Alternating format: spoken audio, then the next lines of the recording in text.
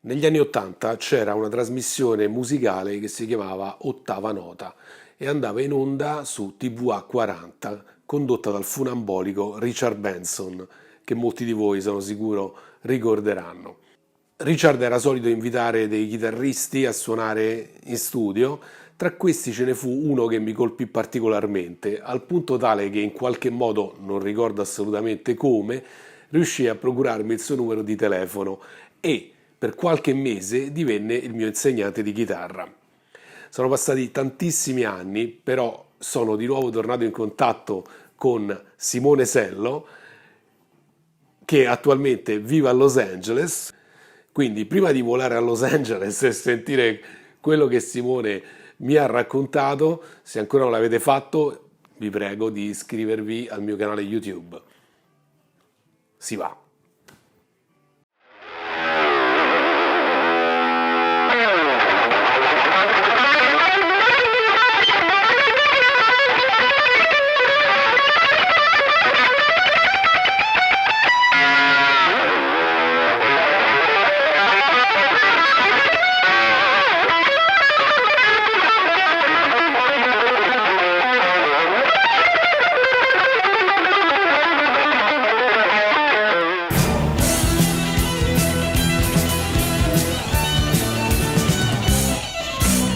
Ciao Simone, grazie per aver accettato l'invito per questa intervista.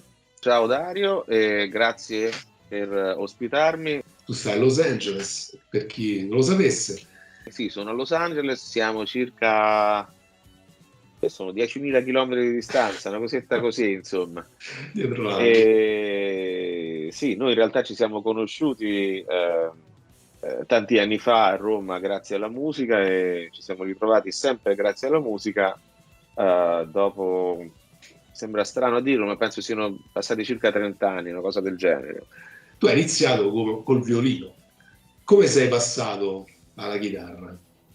Sì, ho iniziato studiando il violino e anche la chitarra perché mio padre comunque suonava la chitarra e avevamo sempre questo strumento a casa e ho iniziato a studiare violino e teoria musicale e contemporaneamente la chitarra così come hobby. Poi negli anni successivi, quando ho iniziato a suonare con delle altre persone, con delle band, era più facile suonare la chitarra. Il violino l'ho sempre tenuto come strumento, ce l'ho ancora qui, ogni tanto lo prendo in mano, è uno strumento che non perdona, quindi non è facile tornare al violino così, ogni tanto mi ci rimetto insomma di impegno, suonarlo male fa male ai vicini, quindi è meglio stare calmi col violino.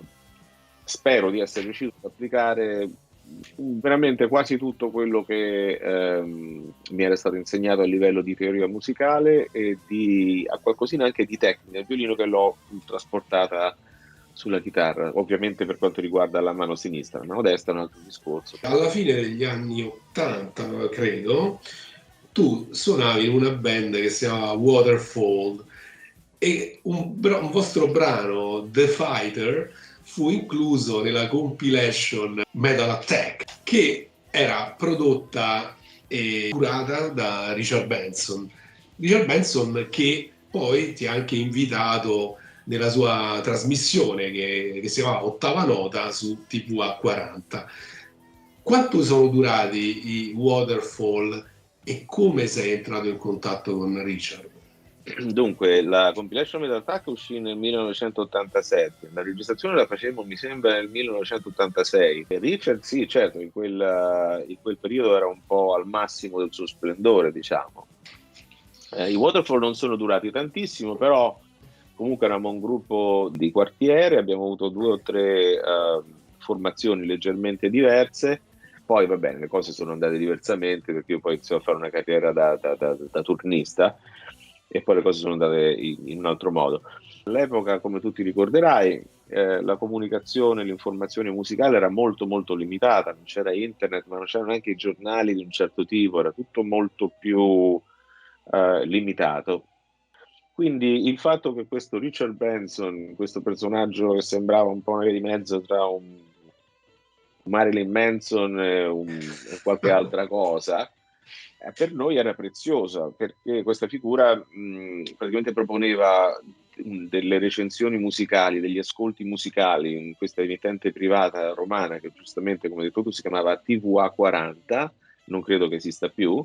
Praticamente lui aveva in qualche modo questi dischi in anteprima non solo di metal, sicuramente quello era il suo forte, ma c'erano anche delle altre cose, c'era musica sperimentale, c'era Alan Holdsworth, c'era roba di Pat Metini, c'erano in linea di massima chitarristi, ma non solo, c'era un po' tutta la musica che sarebbe stato molto molto difficile trovare altrove.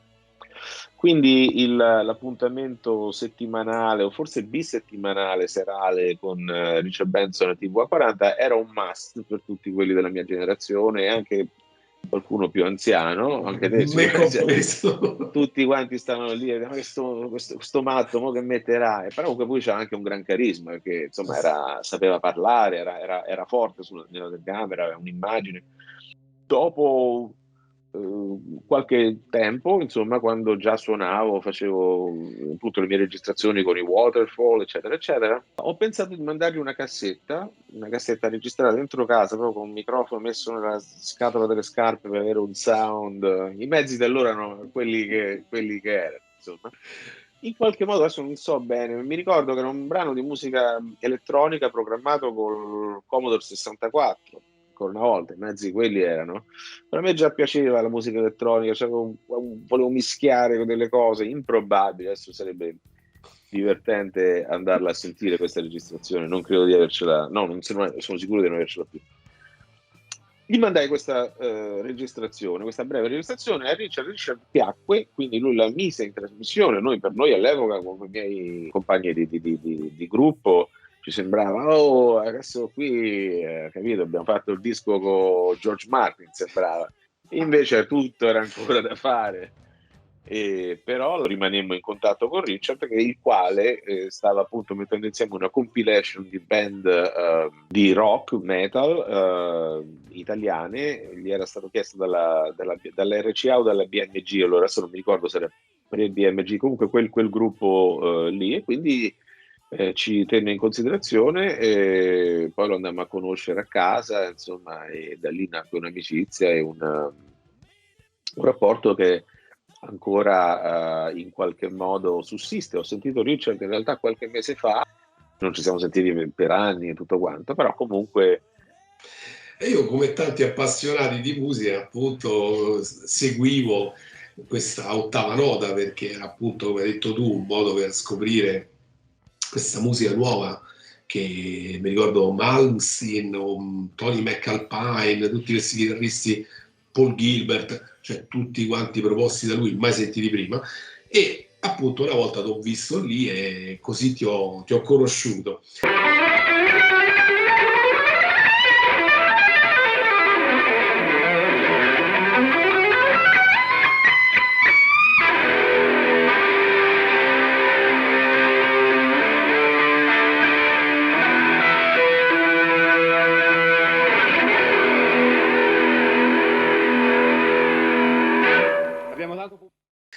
Qualche anno dopo ti ritrovo in un locale romano che si chiamava Il Classico, ad un seminario di Steve Vai, dove tu facevi praticamente la seconda chitarra, cioè accompagnavi Steve Vai nel momento in cui lui suonava.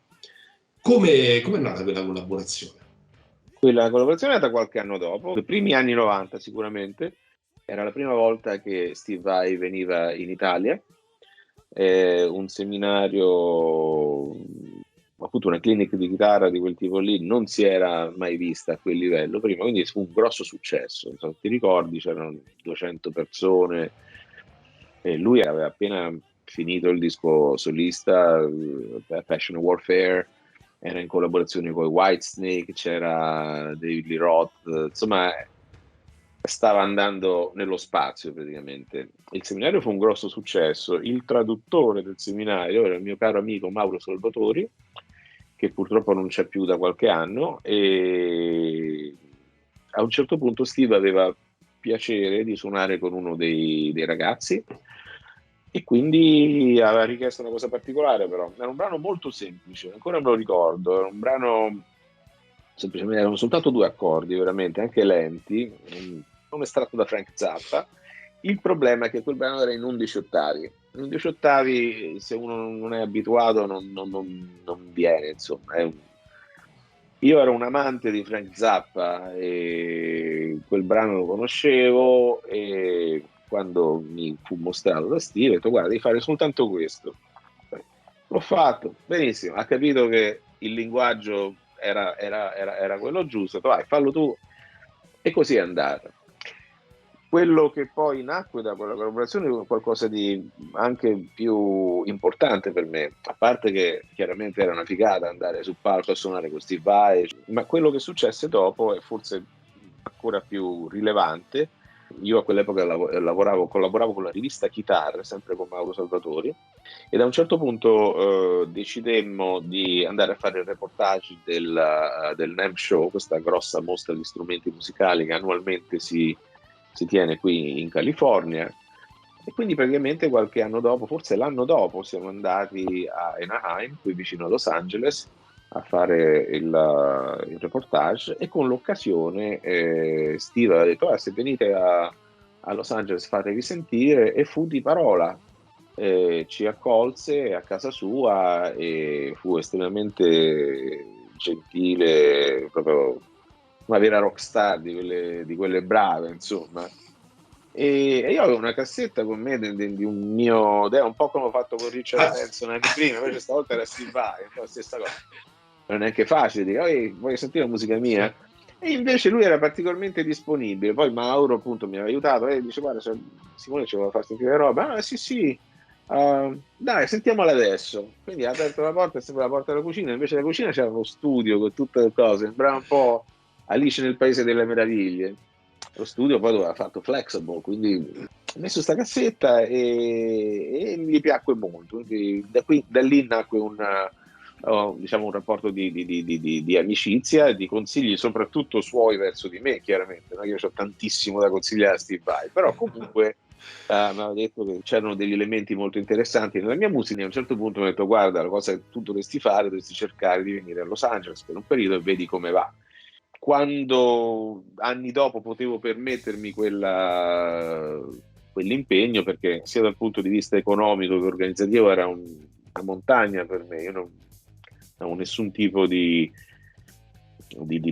possibilità di fare questo. Qualche anno dopo invece le stelle si sono allineate in un certo modo e dopo 24 anni sono ancora qui. prima però di trasferirti a Los Angeles, tu comunque avevi iniziato a fare appunto il turnista, cosa che hai accennato prima. Con quali artisti italiani sei andato in tour? Beh, quello che ha un po' cambiato le carte è stato Renato Zero nella tournée che si chiamava Wire dell'89 e 90. Fu una tournée abbastanza breve, ma per me chiaramente era un livello, un ragazzino di 20 anni, suona con Renato Zero, chiaramente aveva un suo peso. Grazie al mio amico Massimo Fumanti, che era comunque il chitarrista più usato da Renato. In quel momento lui non poteva farlo, raccomandò a me con Stefano Senesi, siamo ancora amici dopo tutti questi anni. Loro per me già erano delle figure di riferimento molto importanti musicalmente, hanno qualche anno in più di me, non tanti, ma abbastanza all'epoca da fare una differenza. Poi dopo ne ho fatti altri, Little Tony, Bobby Solo, Nino Buonocore, Tullio De Piscopo, grande Tullio, con anche lì ho imparato tanto. 2 anni di tour con Tullio. E poi va bene, in studio di registrazione tante collaborazioni. Michele Zarrillo, una di quelle che mi ricordo con più piacere. Anche se è entrato nell'orchestra di Sanremo, giusto? Quante edizioni hai fatto?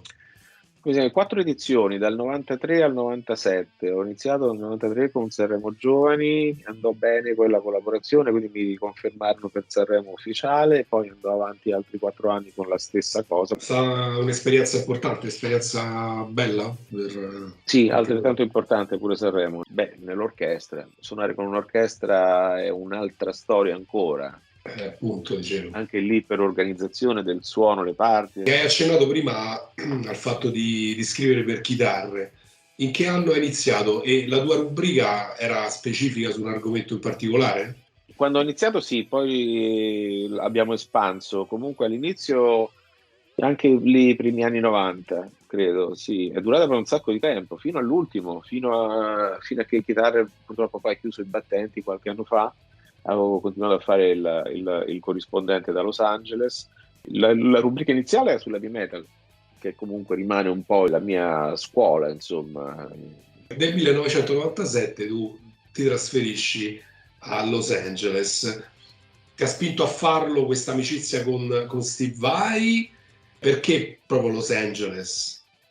Beh, Los Angeles è una città particolare per la musica, ancora lo è, allora lo era ancora di più e qualche anno prima forse ancora di più per svariati motivi. Io credo che Los Angeles sia diventata quello che è un po' il centro di una certa attività musicale come conseguenza delle attività cinematografiche. Hollywood è qui e le colonne sonore si fanno qui. Il Colosseo sta a Roma e Hollywood sta a Los Angeles. L'industria cinematografica che si può permettere certe spese attrae quel tipo di energia, quindi molti si sono poi trasferiti qui, molti hanno iniziato a fare colonne sonore per film, televisione.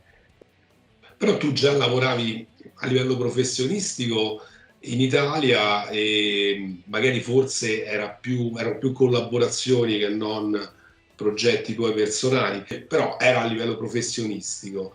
Ma la music industry l'hai trovata più seria negli Stati Uniti rispetto Questa è una all'Italia? bella domanda rispetto a quella italiana, ma la music industry è la music industry, è quella che è. Il discorso degli Stati Uniti è, sì, c'è un discorso di tradizione per cui alcune cose effettivamente a livello etico possono essere più chiare, questo sì, però non è un'industria pulita, né qui né lì né dove vuoi. L'industria musicale, senza volergli fare una critica troppo severa, però per sua natura è un'industria che tende a sfruttare il talento di qualcuno che sta lì a cercare di cambiare il mondo facendo dell'arte. Mettila come vuoi, ma alla fine si creano per forza dei meccanismi per cui c'è gente che non è contenta, c'è gente che esplode, grosse delusioni. Questo succede in Italia, succede in America, succede dove ti pare. Il discorso dell'America e soprattutto di Los Angeles è che è un'industria più grossa, quindi c'è più spazio, anche un progetto minore può avere una visibilità eh, più estesa e quindi questo cambia le carte in tavola. No, qualche mese fa un amico mio, Andrea, stava in macchina al Guitar Center, attraversa uno, Jeff Beck. Jeff Beck gli fa così e va al Guitar Center. Non è che questo non possa succedere a Roma, succede pure a Roma, però qui di più. Certo. Senti, allora a proposito appunto di questi personaggi, di questi nomi, tu ovviamente stando lì hai collaborato con dei nomi importanti, ma soprattutto hai collaborato alla realizzazione di ben 3 dischi del bassista Billy Sheehan. Com'è nata questa collaborazione?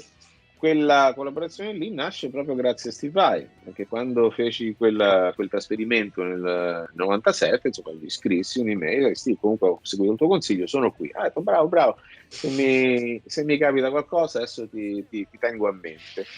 E dopo qualche mese, mi sembra, sì, non è passato tantissimo, e mi lasciò un messaggio in segreteria, dice, guarda, signor Steve, richiamami che c'è questo mio amico bassista, Billy Sheehan, che ha bisogno di una figura come te, non tanto per la chitarra, ma per il discorso di produzione musicale, di computer, di assemblare, di mettere insieme gli accordi, gli strumenti, registrare, tutto insieme.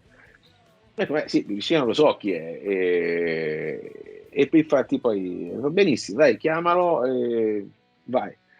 È andata così, ci siamo trovati bene da subito con Billy, abbiamo messo insieme questi sistemi improbabili all'epoca con dei computer molto più grossi, rumorosi, costosi, c'era un casino, però erano anche i tempi in cui si stava sviluppando tutta la storia dell'hard disk recording e della produzione fatta in casa, e Billy capì che quella era la strada, era una strada buona per lui, e da lì abbiamo iniziato questa collaborazione e le ho imparato veramente un sacco di cose lì. Sei molto amico e collabori anche col produttore, anche lui romano, Saverio Principini, che qualcuno ricorderà come bassista degli Astaroth, metal band romana. E lui ha uno studio dove produce, ci sono delle collaborazioni con tantissimi artisti importanti, sia italiani che internazionali, e tra questi c'è anche Vasco Rossi. Quindi è grazie a Saverio che tu già dal 2009, se non erro, hai cominciato a collaborare con Vasco. Come è nata questa cosa? Sì, è nata esattamente così, è nata grazie ad un suggerimento, in quel caso di Saverio, che aveva bisogno di una figura specifica. Si era creata per motivi traversi una collaborazione su un brano solo di Slash. Saverio, essendo il coordinatore di produzione del team di Vasco, qui a Los Angeles, si è trovato appunto a gestire questa situazione. Il disco era già chiuso, ma per infilarci Slash praticamente è stato trovato un brano extra che già esisteva, e detto ok, no, allora rimettiamo insieme una piccola band. La piccola band era Matt Log, batterista di Vasco, che aveva già suonato con Slash alla chitarra e Tony Franklin al basso. C'era Guido Elmi, il produttore storico di Vasco, Mike Tacci, la sound engineer, e però mancava un po' una figura che incollasse queste persone, ossia che sapesse parlare l'inglese, l'italiano, che capisse un po' di accordi, di suoni, e che potesse facilitare il flusso di informazione. Slash italiano non lo mastica. Guido un po' di inglese lo parlava, ma c'era proprio bisogno di questo anello mancante. Saverio ha detto: io devo stare con Vasco quel pomeriggio, che dovevano fare degli altri giri, vacci tu. E quello fu il mio biglietto di presentazione con Vasco. La session fu molto facile, cioè, non ho detto quasi niente, non serviva quasi che io ci fossi, se non appunto per tranquillizzare, insomma, lo svolgimento della session. Slash è stato simpaticissimo, facilissimo lavorarci insieme. E poi quando è arrivato Vasco ho sentito insomma come stava andando la session, già a lavoro avanzato, è stato contentissimo. Allora ho detto, ah dai, allora lo finiamo qua il brano, non lo portiamo neanche in Italia a finirlo, perché adesso insomma, si è creata questa bella atmosfera, e quindi sono andato a finire che ho cantato i cori sul brano che si chiama Gioca con me, insieme al mio amico cantante Luciano Palermi, e basta, l'hanno missato qui, poi l'hanno infilato nel disco e... Però da lì in poi, insomma, hai collaborato anche come chitarrista, anche come compositore, cioè hai Sì, co-scritto dei brani insieme a Vasco come autore. sì, sì, sì, più di uno. Manifesto futurista della nuova umanità è forse quello a cui sono più legato, un altro si chiama Cambiamenti, due nuovi adesso, Patto con riscatto e Prendiamo il volo. C'è un altro che si chiama L'amore ai tempi del cellulare, simpatico, non ha fatto molto successo, invece a me piace. E poi sì, anche con Guido Elmi ci siamo trovati bene pure con lui, quindi Vasco ha iniziato a passare più tempo a Los Angeles, fare una buona parte di produzione, di pre-produzione qui, e quindi abbiamo, con Guido, avevamo messo insieme quasi un intero album qua. C'è un aneddoto particolare che ci vuoi raccontare che è successo con Vasco? Ce ne sono tanti, in realtà è facile lavorare con Vasco, perché ha quel modo di cantare che sembra che sta parlando, invece sta cantando, con le parole messe in quel modo lì, che le mette solo lui, in quel modo lì. Quello che c'è dietro a livello di produzione, tanto la voce è la sua, dice quelle cose lì, arrivano al pubblico, qualsiasi strada si sceglie, lui rimane sempre Vasco e quella è la sua caratteristica più grande. Senti, a proposito di rock italiano, c'è una band romana, giovane, che sta ottenendo un successo internazionale pazzesco. Si chiamano Maneskin. Come si parla di loro negli Stati Uniti e soprattutto, secondo te, da rocchettaro italiano emigrato negli Stati Uniti, Romano. romano, una band così può contribuire a migliorare l'immagine del rock italiano all'estero? Sì, lo so chi sono i Maneskin, li ho visti qualche settimana fa dal vivo e mi hanno convinto al 100%. Sono bravissimi. Se quelli che ancora avessero qualche dubbio, al di là del gusto personale, quello non si discute, non è che io proprio me li vado a sentire troppo spesso, però mi capita di sentirli con piacere, questo è un altro discorso, ma se te li vedi dal vivo, che fanno la loro cosa, sul palco, senza trucchi, capisci perché sono considerati in quel modo, perché sono veri.